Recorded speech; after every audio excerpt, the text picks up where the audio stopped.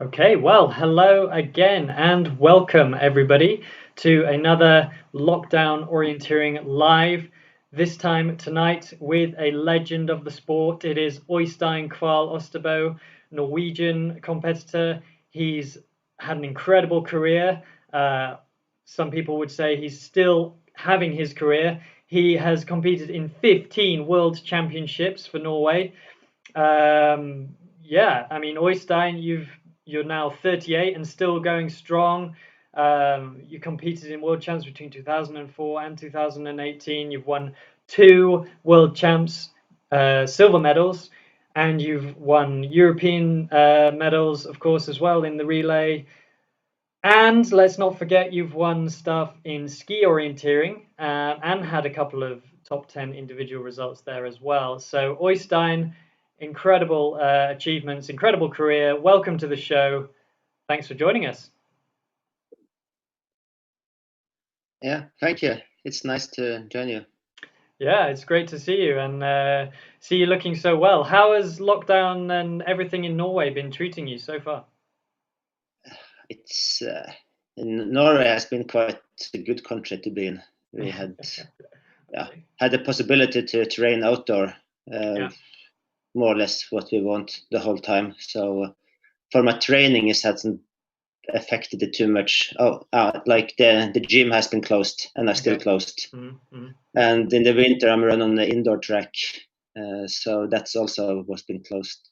And my parents have a treadmill. They live close to me. It's actually my treadmill, but I don't have a spare space for it where I live. So I was running a bit of treadmill also in March, but now it's nice conditions outdoors. So for training, it's actually quite good. So it's been a good training period, and still is. So you're feeling fit then? Yeah, I'm feeling quite fit. I'm not in so good competition shape. No, sure. It's been a bit quite special spring in Trondheim where I live. It was snowing in the middle of May, coming fresh snow. So I was skiing actually last week for the last time. So I've been running okay, but not very much. I've been skiing like 3 to 5 times a week. And I had some small injury problems that was maybe part of the reason I was skiing. And it's not that stress with being in running shape. But otherwise everything's been good. So that's great to hear. Tell us, Øystein, a little bit about your career. Like, you've had so many years in the sport, and I think you're right up there at the top when it comes to, the most traveled elite orienteer, at least of the modern era. So what is it about orienteering? What is it about traveling around the world that makes it so exciting for you that you want to keep doing it year after year, and of course staying in great shape? How do you do that? Yeah, I maybe like traveling and exploring new places is maybe a thing I always liked. Yeah. When I was younger, I was maybe even more eager on the competition part. Some of the last years I've been a bit. I'm still motivated for training on elite level, but I ask myself sometimes if I have the motivation I need to be in the very top. Yeah. But I enjoy both the training and competitions and traveling and everything with the sport. So it's a bit of a lifestyle. So, but it can't last forever. No, sure. I mean, of course, but you've competed in World Masters as well, right? So there's always. Yeah, I did that last year. That's the only time I've been running in men 35. So maybe the last time also. Will not be any Masters this year. No, that's true. But it was nice terrain. I was running the World Champs in Latvia. That was a bit more shitty terrain, so I really wanted to go back there and run this nice pine forests. Yeah, no, exactly. So how did you start orienteering? Tell us a little bit about, growing up in Norway. Obviously, it's a huge sport, just in general, relative to all other sports. So, how were you brought through into your junior career and then through into the senior career? What's the setup like in Norway? My parents are running orienteering, so they took me quite early. I remember I was running the 5 days in France when I was 9, I guess that was the first time abroad. But I guess it was when I was 9 I started competing, and we traveled to like Øystein and then different summer competitions every summer. So from quite young age, I was running in different types of terrain, and I think I did quite well when I was like around 12 years old. Probably because I took the technical part, but I didn't train so much at that. So when I was a bit older, I didn't do so well. And then when I was 16, I would say I started training more systematic and seriously. So from being a junior, I've been doing quite well. I did J-Rock the 3 last years, and winning world champs. Yeah, world champs since 2004. Like I say, you've run 15 championships now. Tell us a little bit about, the development of your career. Obviously, you won 2 silver medals, World Champs 2015 when it was hosted here in Scotland. So tell us a little bit about, the run up to that championship and winning those medals, as well as the rest of your career. What was kind of going on? I mean, some people think of you as a sprinter maybe, but you've done a lot in the forest as well, right? Yeah, when I was like a young senior, I did quite well in everything. That's the first year senior. I qualified for a World Cup race in Norway in sprint and got 6th in my first World Cup race. So I wasn't really the last years as a junior. I wasn't really the best, or one of the best. But from being a senior, I had quite good early succeeded. At that time, it wasn't World Champs every year either. So also in my first World Champs, I got 6th and won a World Cup race the same autumn. Bit surprise, and also got number 3 in the overall World Cup that year actually. Wow! Was that 2004? Were you joint with Andrei Kramov that year? Do I remember correctly? Yeah, Kramov is the same age as me actually. Yeah, that's right. So I don't remember. Yeah, I was running together with him on the last World Cup race. That was a long distance. Nice. We got the same amount of points in the overall World Cup, but he beat me because he was better in the last race. So, and also the year after in Japan, I was number 4 in the sprint and did the long distance. That's the only time I've been running the long distance. So I had after like 70 minutes, I think I had the possibility to be top 6, but then in the end, I did. I forgot to punch a drinking control, needed to go back and did a 10-minute parallel mistake, climbing the wrong hill and finished 25 or something. So afterwards, it's a bit annoying because that's the only time I qualified for the long distance team. Yeah. So, but at that time, I was quite good at several distance. Actually, on World Games also that year, I got 3rd on this middle distance after Thierry and Donald Homan. That's right. So at that time I was even good at middle, but now I'm not good at middle. Yeah. So what was it? When was it that you decided to be more sprint focused, or you found that sprint was more suited to your style?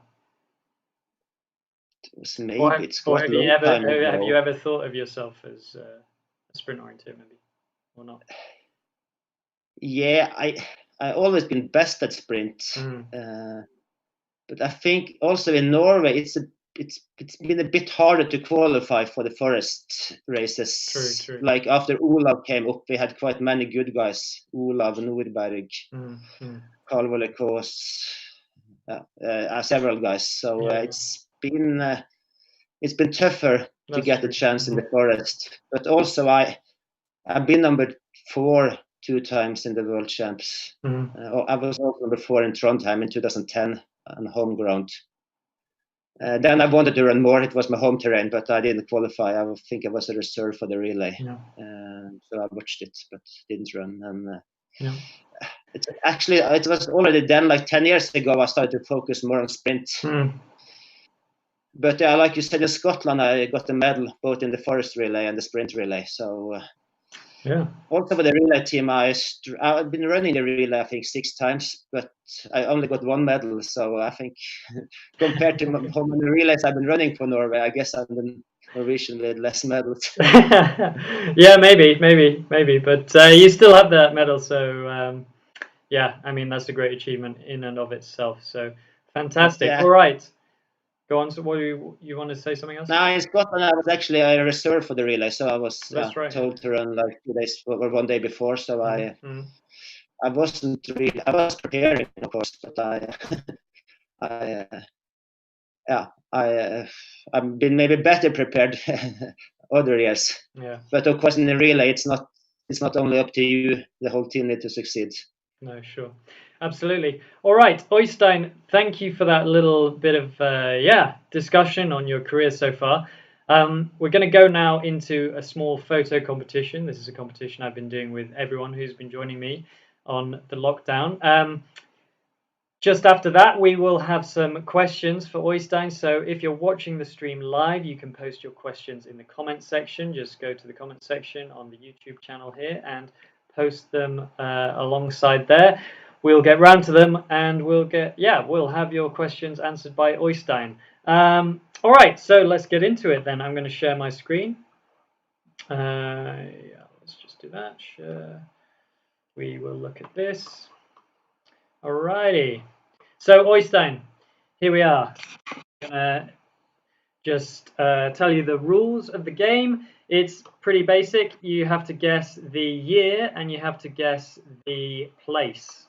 Okay, and that's 1 point each.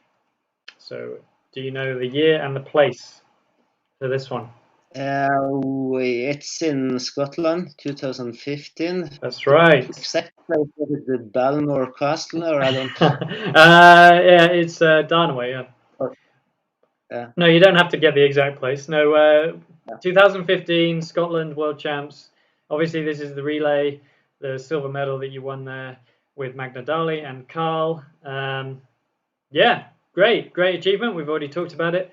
So fantastic. And of course, Olav not in the team.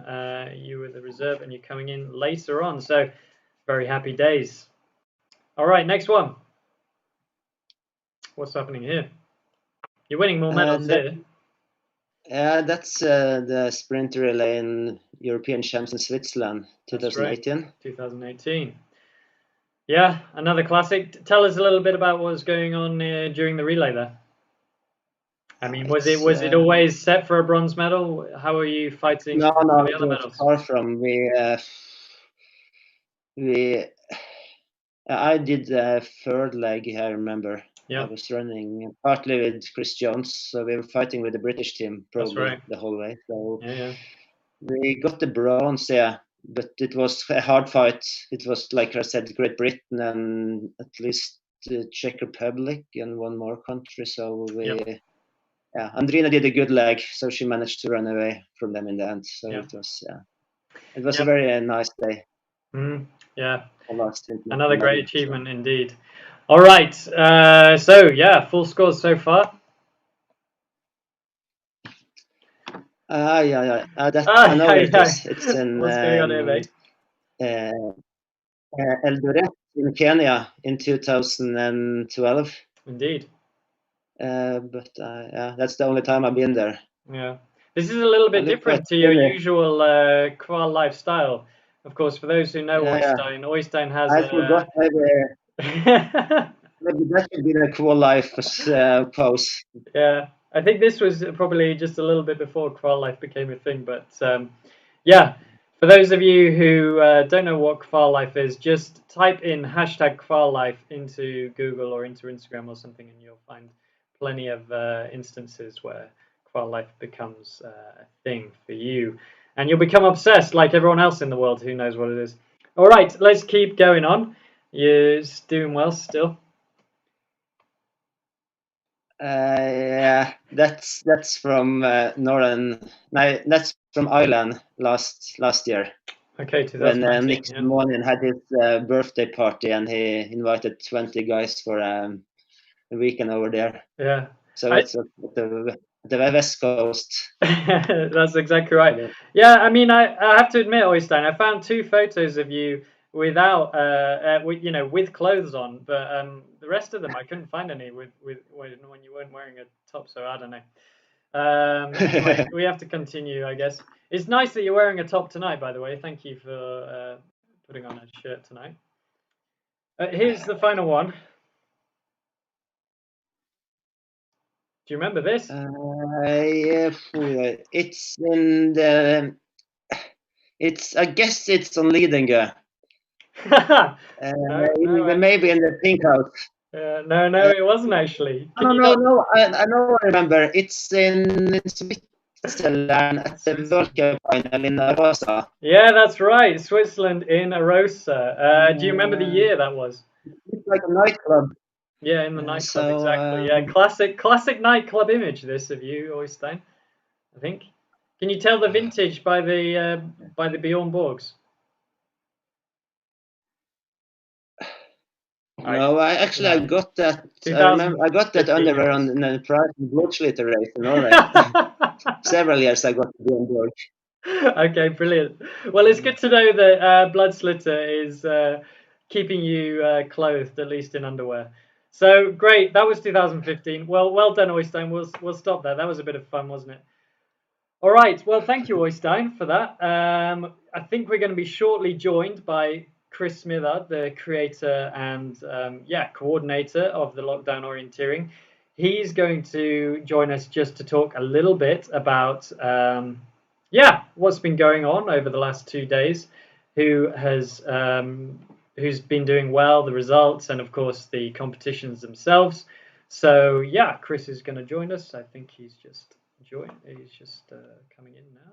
Yep, here he is. Chris, welcome.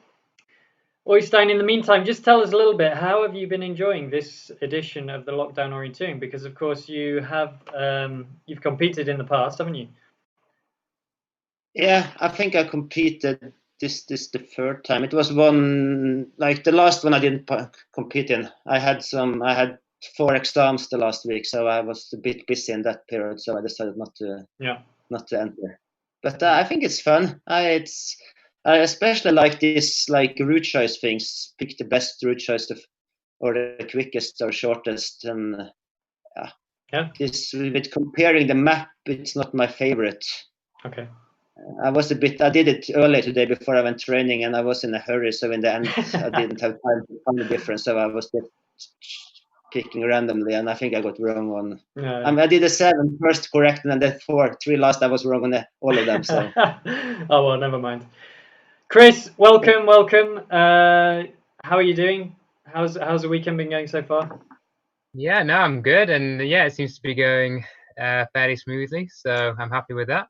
Good. It's getting there's some improvements every time. So great. Let's we can get into it if you want. Share your screen and let's get cracking. Yeah, I mean, I can share my screen and we can go over some of the answers. Oh, great. All right. Right, so just give me a shout when you can see it. We can see it. Right, so we'll start on the first stage, matching maps, which Øystein didn't have enough patience with. So yeah, I think we started off with maybe some slightly easier ones, and then as normal we got a bit harder as we went through. Mm-hmm. So basically the purple box is showing the ones which were the 2 that matched together. Yep. Hopefully the quality that people can see at home is good enough to see this. Yeah, so the first one, it was maybe quite straightforward, I think, with the little building and part of the maze missing. Yep. And then the second one, we had an extra building on C, and on D I'd put white circles around the trees or bushes. Tell us a little bit about where these map segments come from, Chris. Yeah, so all these maps come from Argentina. This map, I can't remember the exact location, but I think it's in Buenos Aires, in the capital. Yep. But I'm sure somebody might correct me on that later if that's not. And this is, I think it's a university, but I might also be wrong with that. Okay. Then the third one, we've got a small building missing. I think it's a building. Yeah, it looks like a building. Yeah. and on A, and then on D, I've changed the form line in the top left to a solid contour. Tricksy, that one. Yeah, maybe. Yeah. And then on the fifth one and the final one on this map, a type of map, because these 5 are all from the same map. Yeah. I've moved one of the tree has moved along here, and then on this one I've changed a building to a canopy. So again, yeah, I'd be interested to see whether people thought these were too difficult in general. I guess we can look at the results and see how long we can see how the results pan out. Let's carry on then. 6 to 10. Yeah, moving to a map in some hills, which is also near Buenos Aires. So here we've got a clearing that went missing on A, and on D we've got a water tank. I think that symbol is. Maybe you will correct me, Hector. You're probably correct. Yeah, I think it looks a little bit like a water tank. Øystein, did you some sort of watery feature?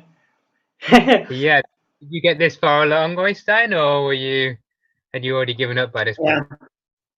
No, I think I had correct. All correct. At least the 6-4 I had correct. Yeah. And then it was like 10 minutes I needed to go to training, and I had the 3 of them left, and so I thought, now I have like 3 minutes. Yeah, then it got hard.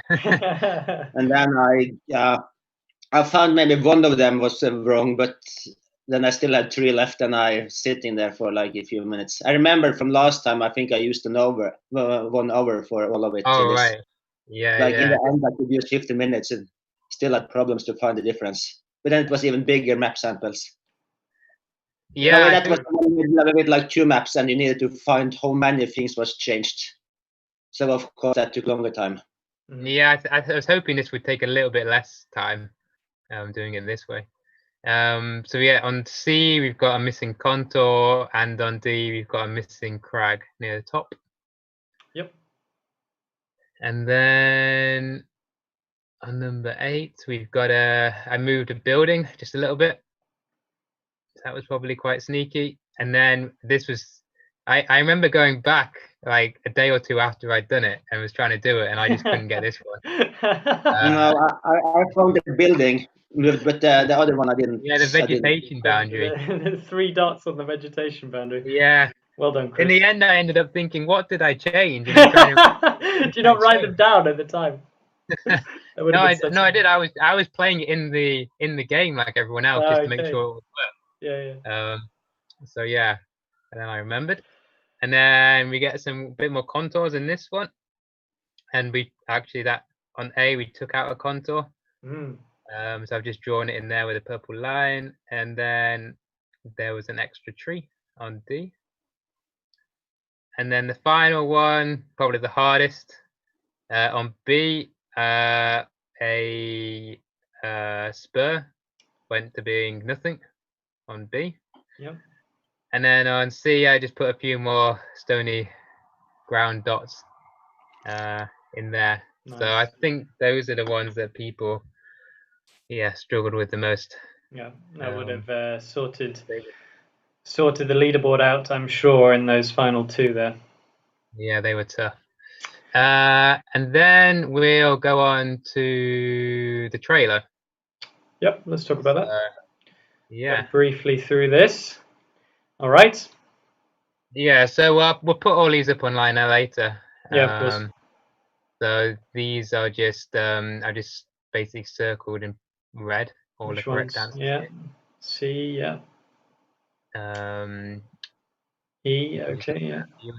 Z, so it wasn't any of them. Yeah, so it's in the paved area, and none of these are on the inside corner of a paved area. Yeah.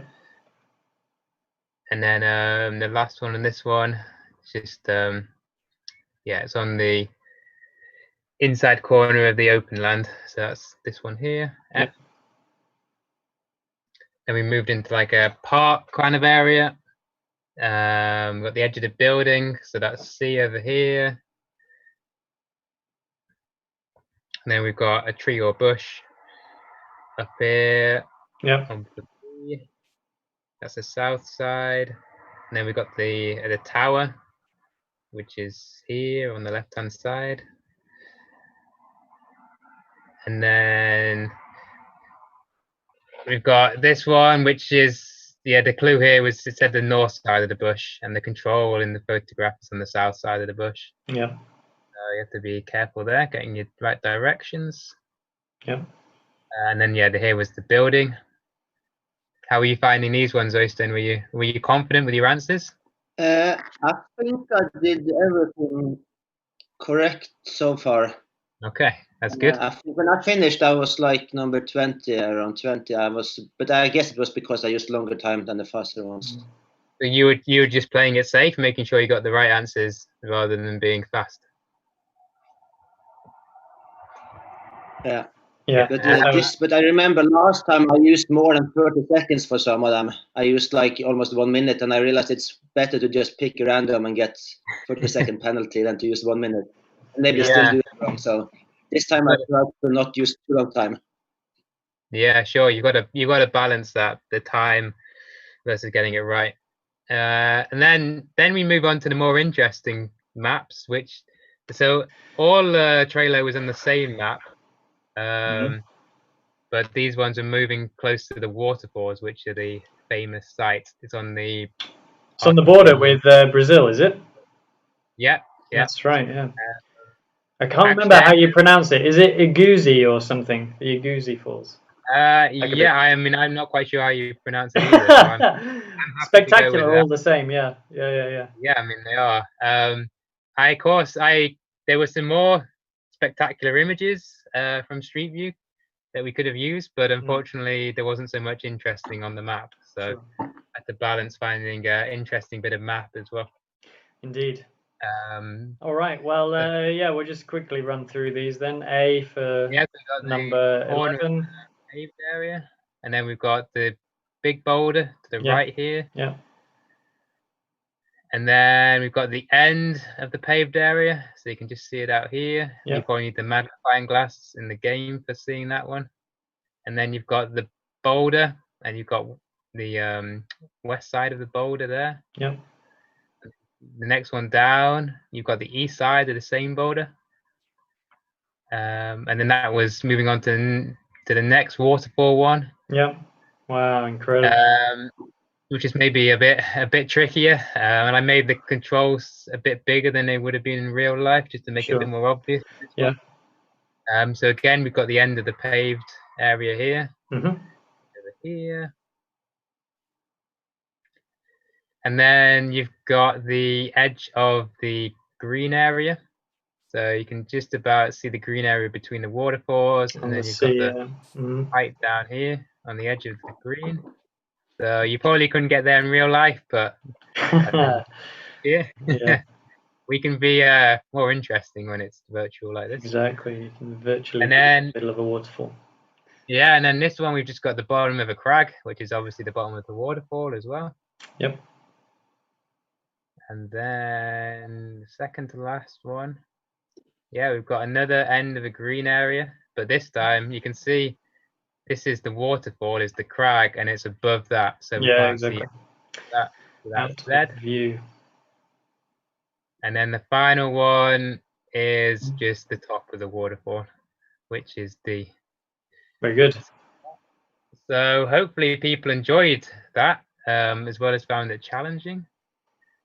No, that looks fantastic. I mean, yeah, I wish I was there in real life, because it looks incredible to be able to really impressive. Go there in real life as well. So yeah, so Gerardo, who gave us all the maps to use, he recommended this as a really nice area. Somewhere he goes quite a lot, working in the tourist industry. So that's right. We're happy to use that. And then what have we got next? I think we got the video orienteering. Nice. This was a favorite of previous weekends, wasn't it? I mean, people enjoyed being able to see a bit of forest, being able to see the route choice that they chose being run out in sort of real time. Although the videos were sped up this time, Chris, were they? Only a couple of them. Most of them were fine. Yeah. Had a couple of technical glitches, which is why 2 of them. But some people might not have seen those because they didn't pick the routes that I taken with those. But yeah, most of them were just normal speed. Yeah. So I'm gonna have to flick between screens here. It might not come over Zoom, but hopefully I can get. So this one, the green. So the first control, green, was the fastest. But I don't think there was. Yeah, it was green and then blue and then red was the slowest.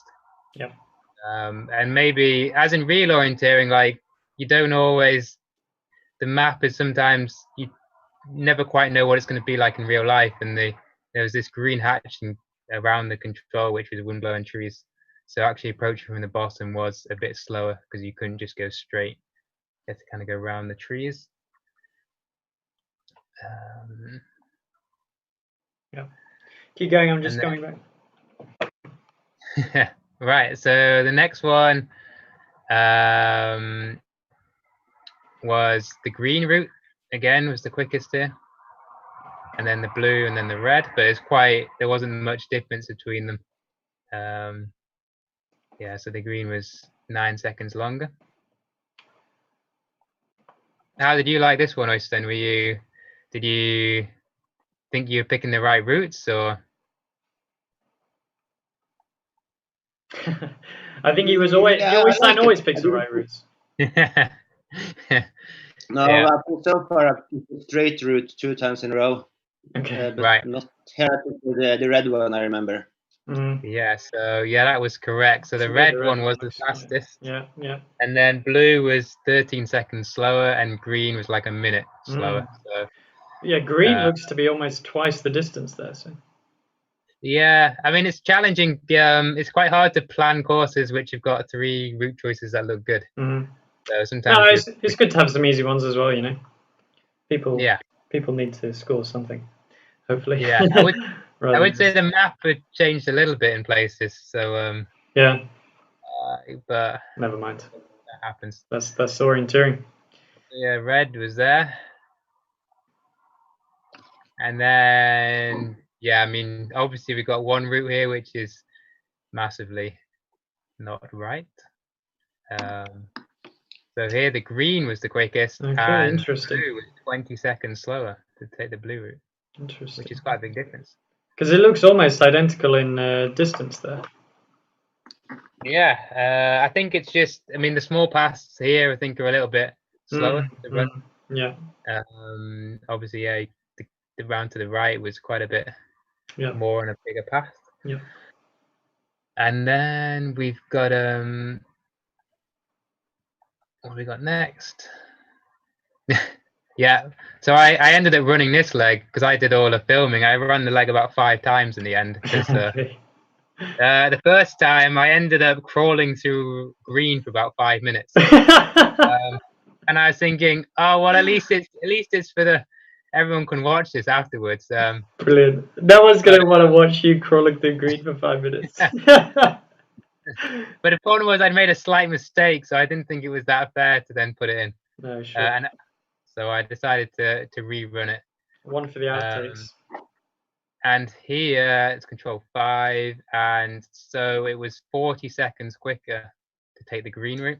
Okay, Chris, just quickly tell us, what is this map if people want to go and get lost in some green for 5 minutes? So it's an area near Stirling called Pole Maze Woods. Pole Maze.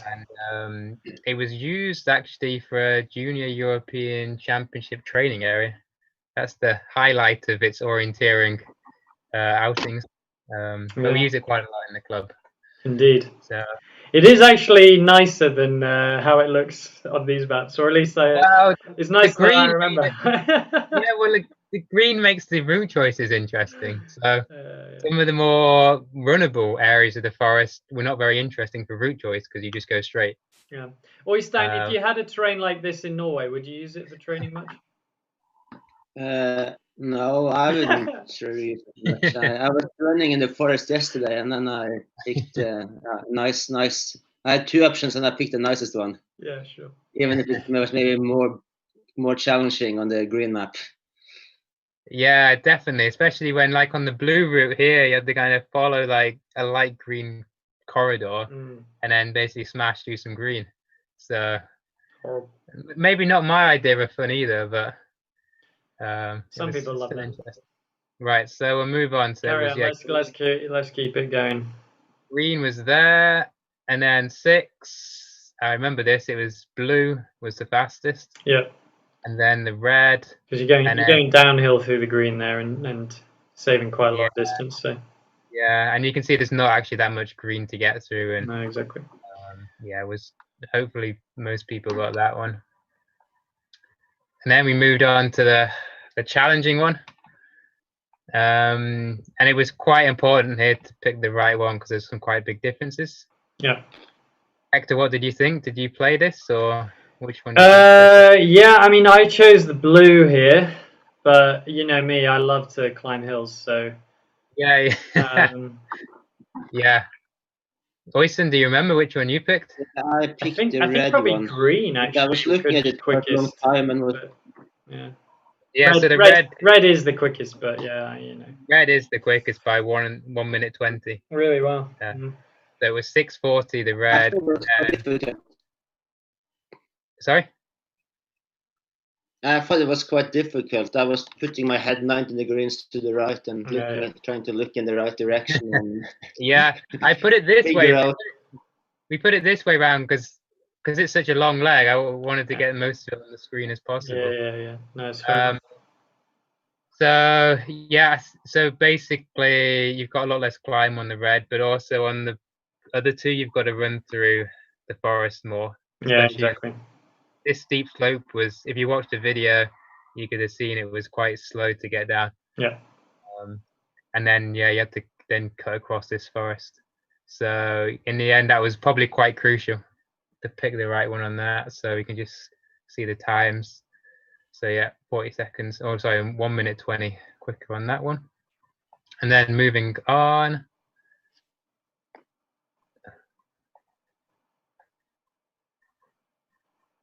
So the green was the quickest here.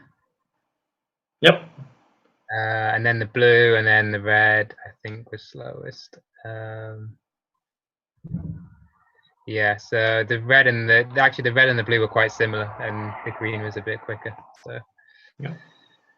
And this is the nice bit. People who know the forest will know where the start is here. Yep. There's a bit of the forest. And then we've got leg 9. So red was 2:46. Red is the fastest. Okay, nice. Green was 10 seconds slower, and then blue was the slowest. Yeah. So when I actually ran this, I ran the blue, but I ended up coming further right because it was so bad, and I ran down the stream. Okay. At the end. Yeah. Just because it was. Otherwise, you'd have lost even more time. And I was trying to do what I do in a competition, because obviously in a competition, exactly. But then you might change because it's so rubbish. So there's a few times I did that earlier on as well. Save some time. Yeah. But the red to me stands out as being, super fast runability all the way down, and then you just cut in, and maybe it's a bit slower in the end, but you're doing a lot of the distance in the beginning in fast terrain. So yeah, red is good. All right. Yeah, and then the final one, the finish. Yeah. So the quickest was the green. Yeah. So up the stream. So it's also and actually here blue I ran a bit further to the left through these more open areas. So yeah, there was a bit of a difference there. Great. And then that was that, and then I think what we got next. So we had the street view, but hopefully that's quite self-explanatory. Street view, nice and self-explanatory. Give us a little bit of the insight of the course, Chris, and the location and this sort of thing. Tell us a little bit about this.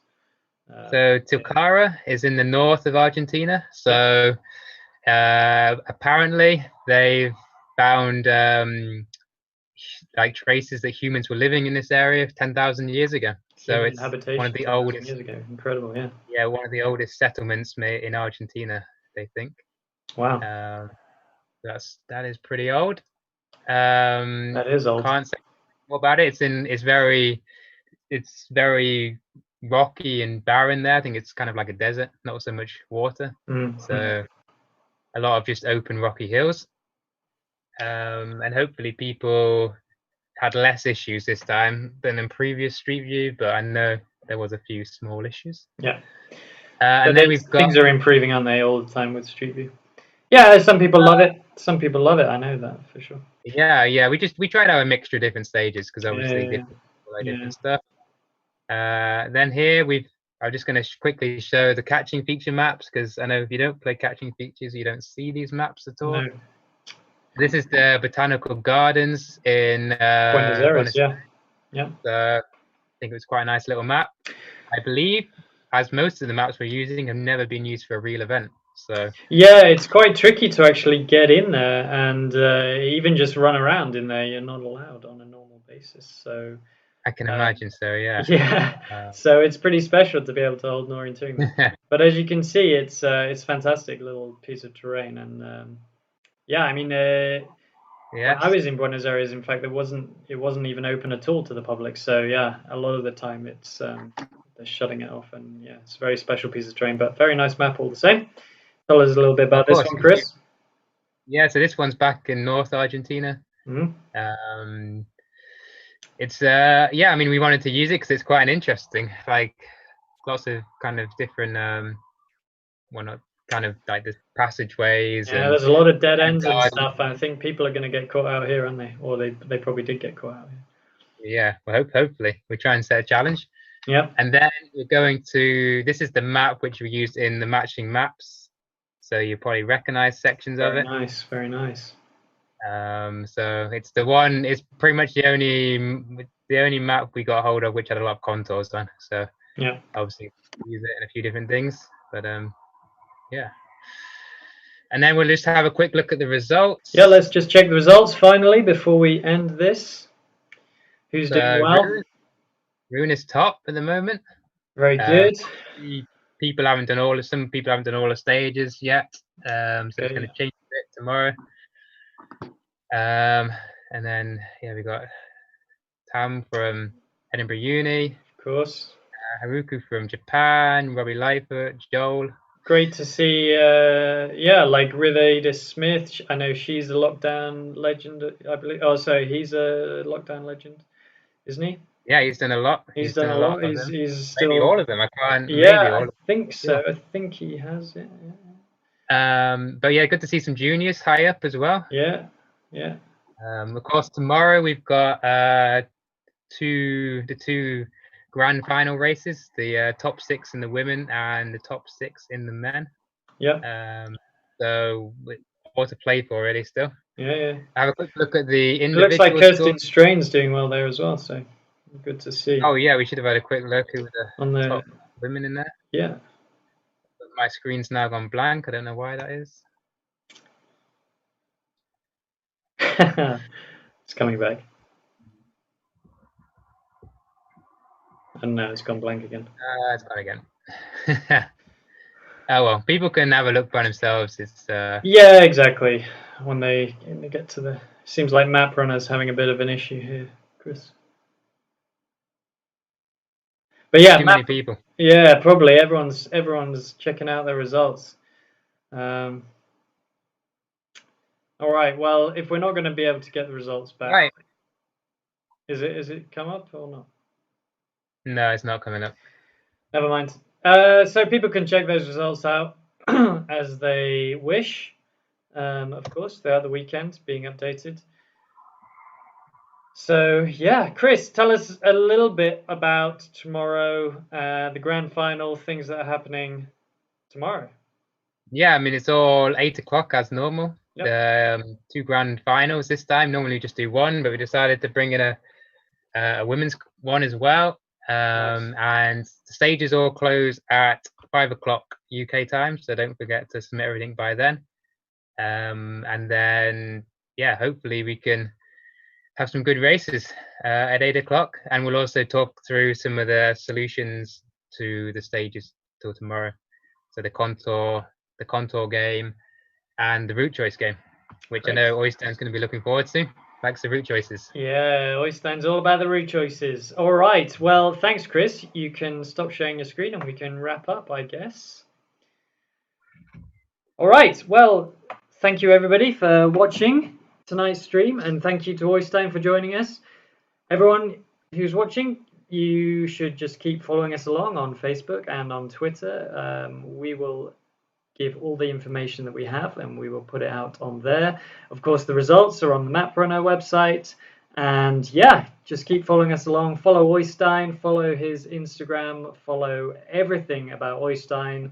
Follow Kvaal Life, hashtag Kvaal Life, that is, to see everything that other people get up to and pay homage to Øystein on his travels. Do all that. Stay safe. Thank you from me, Chris. Øystein, any final words? No, it was very nice to join you. So very nice to have you, Øystein. Thank you for joining us. And Chris, thank you again for such a great weekend, well organized. You'll see everyone tomorrow night for the grand final, I guess. Øystein, thanks again. Thank you for watching, everybody. Goodbye.